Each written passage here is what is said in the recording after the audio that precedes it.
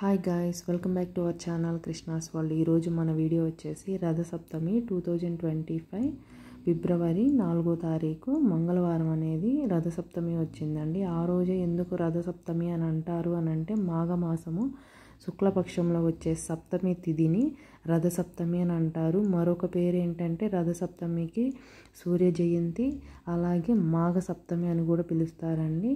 ఈరోజు స్పెషల్ ఏంటంటే సూర్య భగవాన్ని ప్రత్యేక పూజలు చేయడం వల్ల మనకి చాలా మంచి ఫలితాలు అయితే దక్కుతాయని నమ్మకం అండి. ఈరోజు ఎలా చేయాలి ఏంది అనేది నేను మీకు చెప్తాను. ఈరోజు మనము స్పెషల్ స్నానాలు అయితే ఉంటాయండి. అది ఎలా చేయాలి అని అంటే మనము రథసప్తమి ముందు రోజు ఉపవాసం ఉండేసి మార్నింగ్ 5:30 నుంచి 7 లోపు స్నానం చేసేసి సూర్యభగవాన్ని, అది స్నానం ఎలా చేయాలి అని అంటే ఇదిగోండి ఈ మంత్రం చదువుతూ 7 జిల్లేడాకులు అలాగే 7 రేగిపళ్ళు తల మీద పెట్టుకొని మనం స్నానం అయితే చేయాలండి. 7 రేగిపళ్ళు జిల్లేడాకులు ఎందుకు తీసుకున్నామని అంటే సూర్యభగవానికి ఇవి చాలా ఇష్టము. 7 అనే నెంబర్ కూడా ఇష్టం అండి. ఓకేనా, ఇలా చేయడం వల్ల మనకి ఉన్న పాపాలు కానీ దోషాలు కానీ పోతాయండి. ఇలా ట్రై చేయండి, చాలా మంచి జరిగిద్దండి. అలాగే మనము అయిపోయిన తర్వాత మనం సూర్యకిరణాలు పడే ప్రదేశం అండి, అంటే టెర్రస్ మీద కానీ లేదు అని అంటే మన ఇంటి ఆవరణలో ఎక్కడైతే సూర్యకిరణాలు పడతాయో అక్కడ బాగా ఆవు పేడతోటి కళ్ళాపు చల్లుకొని ముగ్గులు వేసుకొని రథాలు ముగ్గులు అలా సూర్యభగవాన్ ఇదిగోండి ఈ ఫోటోలో చూపిస్తున్న విధంగా ఇలా చేసుకొని మనము పూజ చేసుకోవడం వల్ల చాలా మంచిదండి.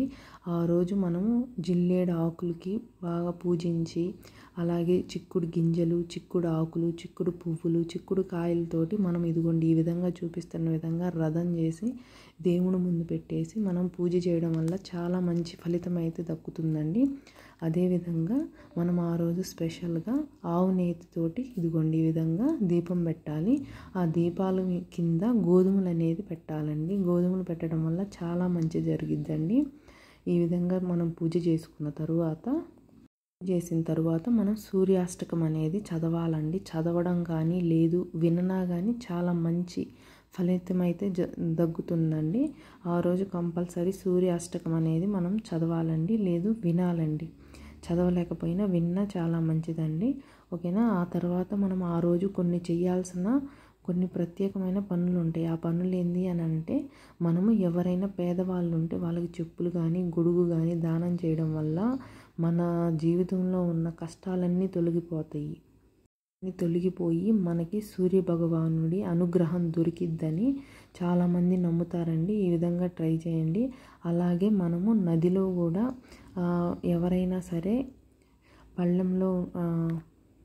పల్లెల్లో ఉంటారు కదండి, అంటే విలేజెస్లో ఉండేవాళ్ళు నది కానీ దగ్గరగా ఉంటే మనము ఒక ప్రమిదలో నూనె పోసుకొని దీపం ముట్టించుకొని ఆ దీపాన్ని నెత్తి మీద పెట్టుకొని నది దగ్గరికి వెళ్ళి ఆ పారే నీటిలో కానీ మనం ఆ దీపాన్ని వదిలితే చాలా మంచి ఫలితం అయితే, మనము ఏమన్నా కష్టాలు పడుతూ ఉంటాం కదా అవన్నీ ఉన్న కష్టాలన్నీ తొలుగుతాయని నమ్మకం అండి. ఈ విధంగా ట్రై చేయండి. అలాగే ఎర్రటి వస్త్రంలో గోధుమలను కట్టి దానం చేస్తే అద్భుతమైన ఫలితం అనేది పొందొచ్చు. అలాగే సూర్యభగవాని అనుగ్రహం కూడా పొందుతామండి.